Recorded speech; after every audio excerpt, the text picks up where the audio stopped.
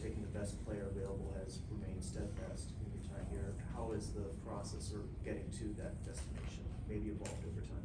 Yeah, I'm excited about it. I mean, I think it's just that, you know, like every year is an opportunity to refine it a little bit further, look at what's worked in the past, where we can improve, you know, are there gaps, and I have really high confidence in the group that we have to do that.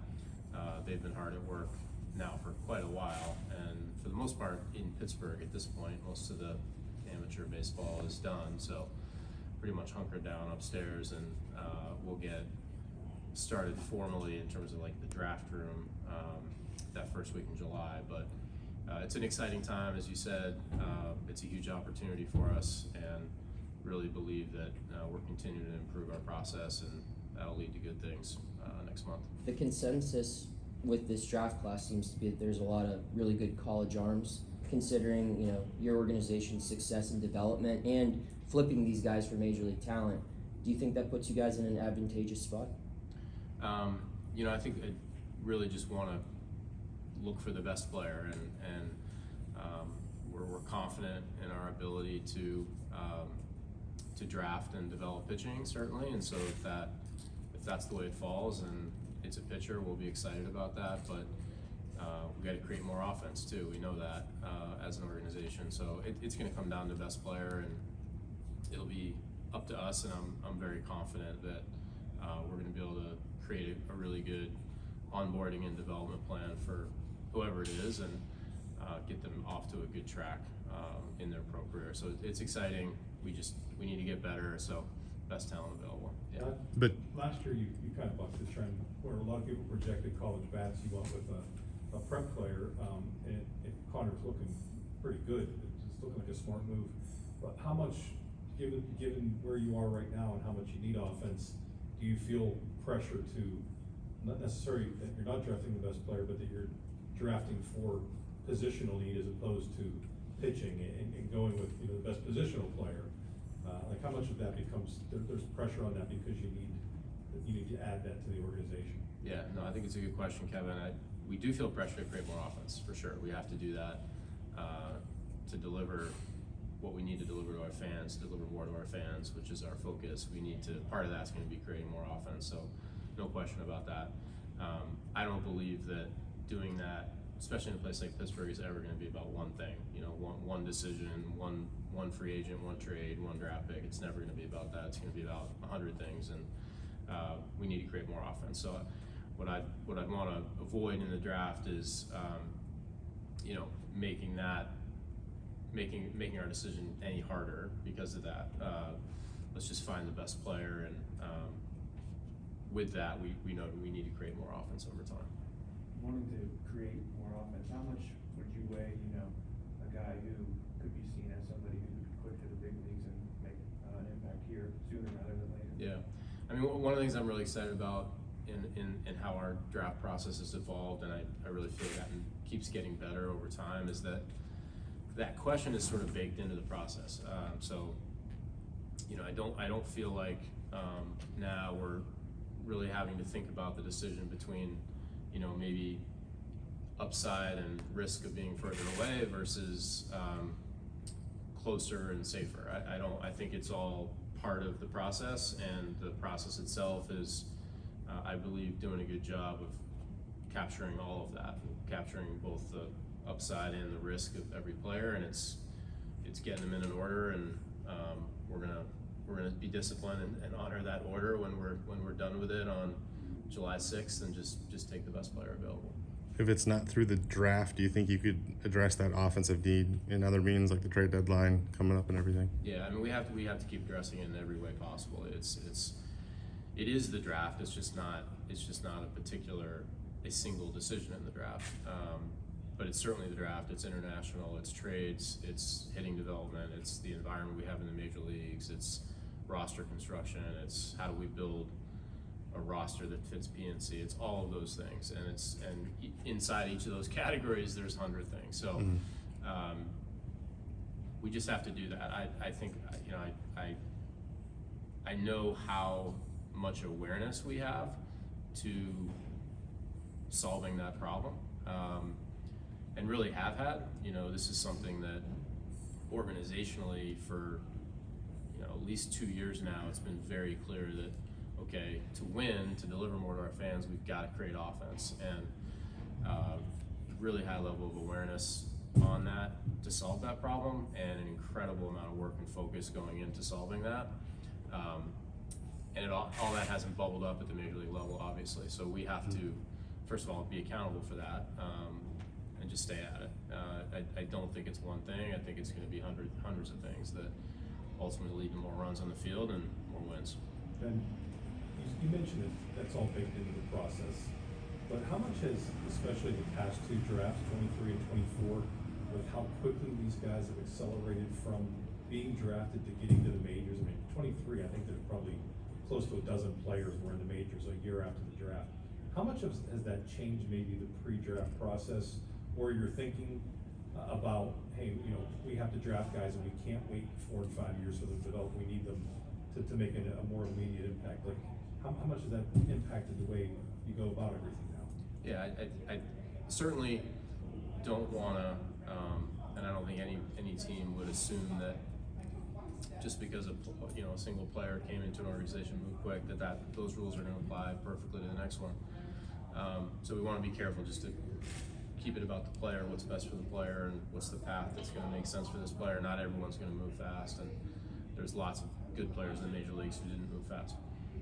I do think that, particularly at the top of the draft, even for high school players, that the access that players have to really good development resources, even before they get into pro ball, continues to be better than ever. And certainly that's the case for the high-level college programs, but even for high school players, the resources are out there. You don't have to wait to get into pro ball to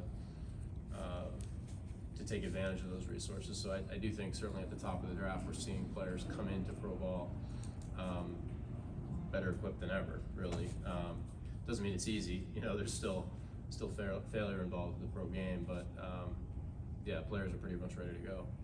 Ben, as you evaluate your pitching and the organizational depth, are you confident that if the offense were able to catch up, that your organization would be in position to take the next step, either as a winning organization or a playoff caliber organization? Is the pitching depth in a spot now where that would be the case? I believe so, but I think only in assuming that we do our jobs to keep optimizing that pitching depth. So I don't think we just sit passively and assume that the talent itself is going to be enough. Like, we need to keep the pedal down to challenge guys to keep getting better and find the next step with guys. And we should be an organization that where that can be a real strength. I think we have the talent. I think it is a relative strength, and it's we're doing pretty well, but not satisfied either. I think the answer to your question is yes, assuming we continue to challenge it and find ways to push guys to the next level. Relatively speaking, would you consider that you have a surplus, relative to the league? I actually hadn't thought about it relative to the league. I think, relative to position players, still probably, yeah, internally. Maybe that's starting to even out a little bit, but so I think, but I don't feel like, I don't think we're going to be jammed up or anything. Like we've got room for all the pitching we have, and pitching has a way of, kind of sorting itself out as it relates to who's on the roster at any given time. There's injury, there's attrition, etc. So, and I think we're at a solid foundation there. We got to keep challenging it, and I really believe there are pitchers in the organization, both the major league level and minor league level, who are capable of more, and that's our job to help them find that. Is anything going on with Bubba Chandler? He's got a bit of a bump in the road, I guess, relative to his success. I mean, personally, I think it's just that. I think it's a bump in the road, and he had such a dominant 2 months, and it's hard to sustain that every single outing. He's also in AAA, and like everyone else in AAA, they want to be in the big leagues, and we're helping him manage that. As I've said before, we believe it would be a good outcome for Bubba and for the Pirates if he is pitching games in PNC this year, and still want that to be the outcome. And believe that he'll put himself in a position to make that happen. What's going on because we're not watching it. It's just not, like, the execution in command hasn't been quite what it was. The quality of the pitches is still there. The velo is still there. He's healthy.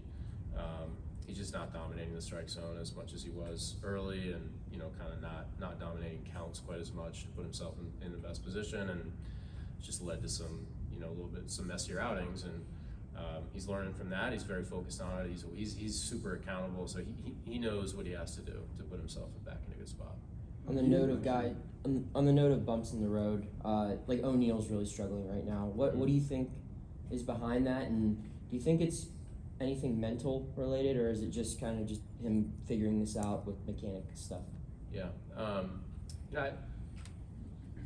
without being inside him, I don't think I'd want to speculate on the sort of the psychological part of it. Mm-hmm. It's a hard game, so that can always be a possibility for any player who's going through something.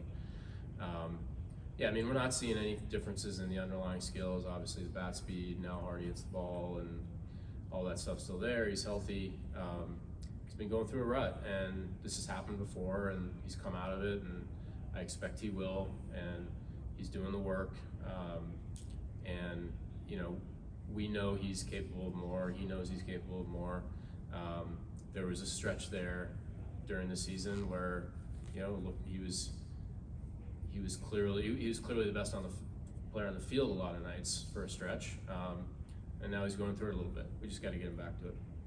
When you say he's capable of more, why do you feel like he hasn't been that more frequently? Yeah, I think just every player is a human being first, and they're all coming into it in their own way, and he's got these incredible gifts, and he's still developing and learning that consistency skill, and that how do I be the best version of myself every night.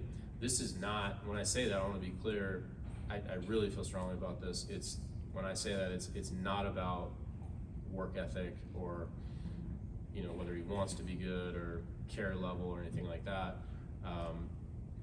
These are, it's just a skill that players have to develop like any other skill, and to be great at the major league level, to be an everyday player, to be great, that's a skill. He's still developing it. I think we're seeing progress. If we think about sort of year over year progress, we're seeing that. We're still seeing times inside a season where it can ebb and flow a little bit, and that's where he is. But I'm confident. We're confident he's going to come out of it. He wants to be good. You had mentioned earlier about taking advantage of Casey Park and the dimensions. Last week I heard you speak about that and you thought about the fence line. But is it a pull side power that you're thinking about, draft wise, and even accumulating more hitting talent as we go on here next year too? Yeah, I don't have a particular example or idea. I just think like there was certainly a point in the process we were in that where we're trying to accumulate as much talent as we can and develop that talent. And obviously those things by themselves are hard things to do. We got to keep getting better at that. But at some period of time we weren't thinking as much, or maybe just not prioritizing as much. What is the specific combination of players that fits this ballpark the best? And I think we're obviously now in a period where we want to be delivering more wins, and it's not the only thing that's going to do that. I think it's just one thing that we need to be really think clearly about. So the obvious part of that is, like left-hand hitters are going to generally benefit from playing here more than right-hand hitters, and we're a little bit more right-handed than we are left-handed, so that's a simple part of it. But even you're always going to have some right-hand hitters, and so I think we need to think about who are the right-hand hitter, what style of right-hand hitter is going to thrive here, what style of left-hand hitter is going to thrive here. But certainly the simplest part is probably just to try to get a little bit more balanced, a little bit more left-handed over time. Is that like with Spencer coming here? He's kind of more of a gap hitter, power in the alleys. Is that something you start to talk to players about taking advantage, either with him pulling it or even with Brian? I know he's adjusting, but yeah, off the field, is that anything even with the current players? I think certainly it was part of the idea on Horwitz is that we felt like he was the type of left-hand hitter that could thrive here because he's not, it's not elite power, it's not a 40 home run guy, but he's got enough to get out here at PNC. but he also uses the whole, track record is he uses the whole field, so he gets hits kind of everywhere. And that kind of, we feel like that kind of hitter can thrive here. Generally speaking, right-hand hitters, unless you're Andrew McCutcheon in your prime or something, like right-hand hitters who thrive here tend to be able to find their hits everywhere. If you're hitting 380-foot fly balls to left field, this is not a park that's going to forgive you. It's not as forgiving a place to do that. So, you have to find your hits in different ways. And at the same, there's a fine line though. Hitters at the same time, hitters. There are certain things about hitters' identity you don't want to mess with it too much either. So, again, case by case. It's not. By no means am I suggesting this is the only part of solving for our offensive issues. There's a lot more to it than that. I just think it's one aspect of it. What has Konnor Griffin done to be this successful so early in his pro career? Yeah, just his approach to his day, really from the first day as a Pirate, seemed to be, advanced for what you'd expect for someone his age. Obviously, there's physical ability there. To some degree, there's some part of his physical ability that I think maybe even was underappreciated as an amateur, because in some ways you don't really have a chance to fully test it as an amateur. For example, there was some, if you read like industry stuff, there's some question about the bat as an amateur. Well, the way I interpreted that mostly is that, well, he's from a small town in Mississippi, so of course there's going to be questions. Like nobody really knows when you're facing that competition. That's the question. Once he's in pro ball, now we can start measuring things more accurately, and we now know, like, no, this swing's pretty good, and he's got bat speed, and he's making contact, and it quickly starts to answer that question. And then the shortstop plays the other one. Like, admittedly, there's uncertainty even for the Pirates on when we drafted him. Where is he going to play down the road? Is it going to be short? Is it going to be center? Somewhere else? I think a lot of that, again, is just because there's not enough sample to really know the answer to the question until he gets into pro ball. And now he's been able to play short quite a bit. And he's passed those tests pretty well. And so we now have a lot more conviction that he can do it. So I think it's a combination of those things. His approach to the day, pretty advanced from the get-go. And then some of the skills, probably just being there, but needing the program to test it out, and he's been passing those tests. Ideally, would you like him to remain at shortstop? Yeah, I think that's clearly our focus right now. He's continued to dabble in center, just to sort of, it's partly to keep it in his back pocket, and honestly partly because it's sort of fun for him to do it, and it creates a challenge inside his game. But the priority is shortstop at this point. So shortstop in the short term, and I'm talking 2026. You've got a guy there right now on an expiring contract. What is the short and maybe long-term plan there? Well, we believe he can play shortstop, short and long term. We have not put any timeline on, like when it could happen here. He'll tell us that answer over time, but we see him as shortstop. I'm just talking about the position at large. Yeah, like solving that. Yeah, right. So is he a free agent, and so that question is going to come back. We haven't gotten far enough to really think about 2026 quite yet. With the questions that were surrounding his bat Connor's bat when he was in high school, was there something that you guys saw that made you feel comfortable in drafting him and not having to question that tool for him? Yeah, a combination of things. Like, one is that certainly our scouts had a lot of conviction. Yeah. So you start there, and that for a high school player, that input's really important. We did see he had some of the highest contact rate on the amateur summer circuit the summer before. Mm-hmm. So his summer after his junior year, they play in all those showcases and face good competition, and his contact rate relative to his peers was towards the top. So he's showing he's at least making contact against the best high school pitching, that he's going to face. So that's an input. We can measure bat speed, and we saw good bat speed. And then we also now have ways to measure bat path using the stuff we would use to assess a professional player. We can apply that to an amateur player using high-speed video. And we had some good insight from that the bat path itself had a chance to be productive in pro ball relative to a different kind of bat path. So mostly those things: scout input, contact in the summer, bat speed, and bat path. Like good signal on bat path, not like proof on the bat path, but good signal. You know, made us feel good about taking a bet on it. You still don't know for sure. As a high school player, I don't care who it is. Like, you just don't know for sure until they're in pro ball. And the trade deadline's still 4.5 weeks away, but there's a lot of rumors out there about the Pirates and who would be available. One is, I'm curious how much you stay in touch with some of the players and kind of keep them abreast of what's going on. And two, if there's anybody you deem untouchables, whether it's at the major league level or just within the organization. Yeah. I do the best I can to stay in touch with the players on our team who might be in that speculation. I've started a little bit of that, and we'll do more of it here in the coming weeks. I certainly want the door to be open to, you know, if guys want to talk more or less. Sometimes they just don't want to. So I've had players tell me, like, yeah, I get it, don't worry about it, you know, if there's a trade, come and find me, basically. And there's other players who want as much as you can give them, and so you try to do that. Yeah, to the broader question, look, like I've said before that, and I still believe that the group of players we have here in this clubhouse and in this organization, that we're capable of playing better baseball. We're capable of winning more games with this group.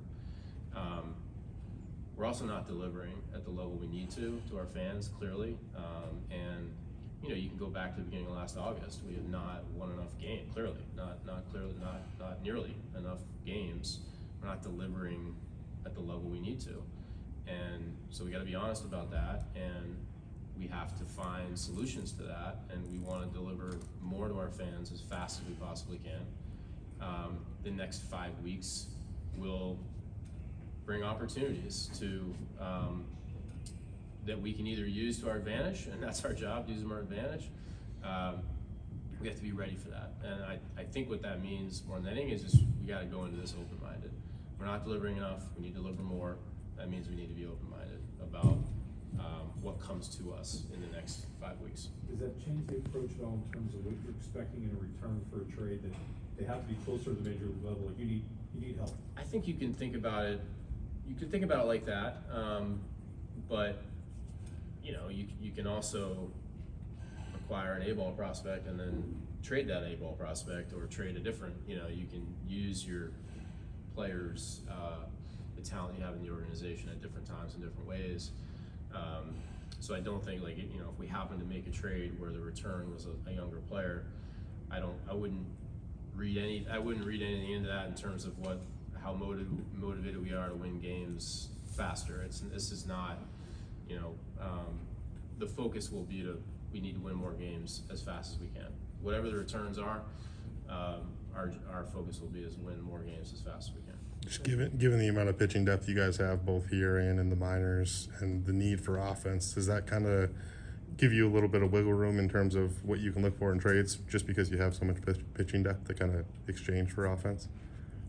I expect we'll keep getting asked about it. I think we want to be careful that, you know, you have pitching in depth until you don't, and when you don't, man, it's really hard to build it back. You know, you're then in a really tough spot because everybody needs it, and it's harder to get it coming in the other direction. So I think we want to be opportunistic. We need to get better. We need to win more games, and there's more than one way to do that. But certainly, scoring more runs is a simple part. Going to be a simple part of that, and so we need to be opportunistic, be open-minded. But you know, we're not anxious to trade pitching to do it.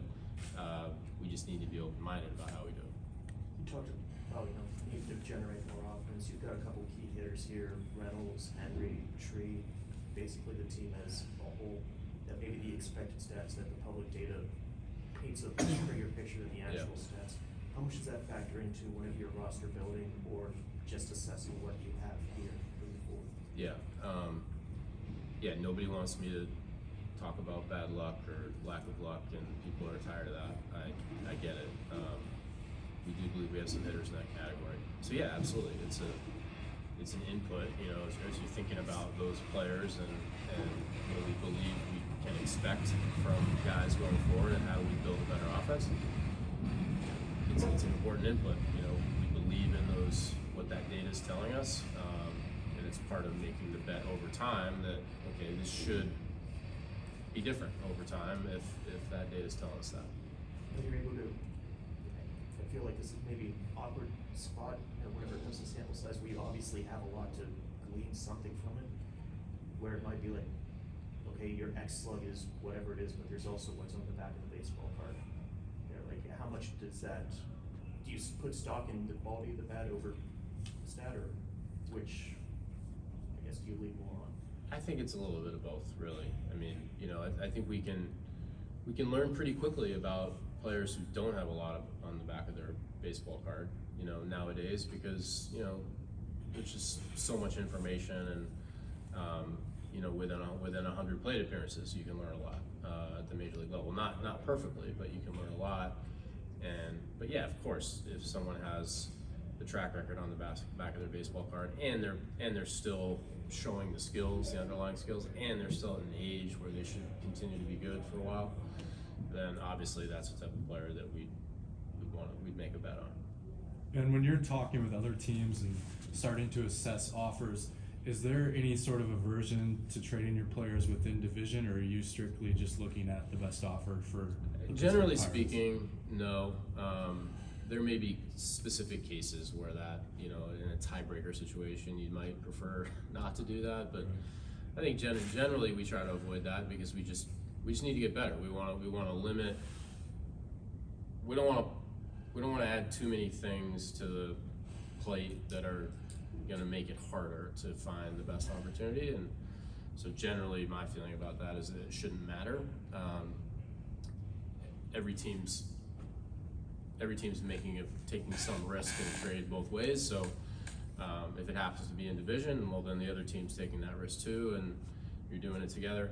There may be some specific cases over time where there'd be some preference not to do it, but as a general rule, I would not want to worry about that too much. At this time last year, I remember you talking about how the market was kind of hard to get a read on, just because where you guys were positioned and so many other teams, you didn't know who was buying, who was selling for the most part. Do you feel like this year you're able to get a better read on what the market might look like come July? Yeah, I mean, I think the math is against us right now, and so when we get calls from teams, it seems like there's more of an assumption on their part on why they're calling. So maybe that's the answer. You know, we've certainly started all those calls. Teams are talking to each other by now, but there are definitely a lot of teams that are still in that feeling out process, and so we don't have a perfect picture across the league of exactly where everyone is, but we started the phone calls. That's good. Thanks, man.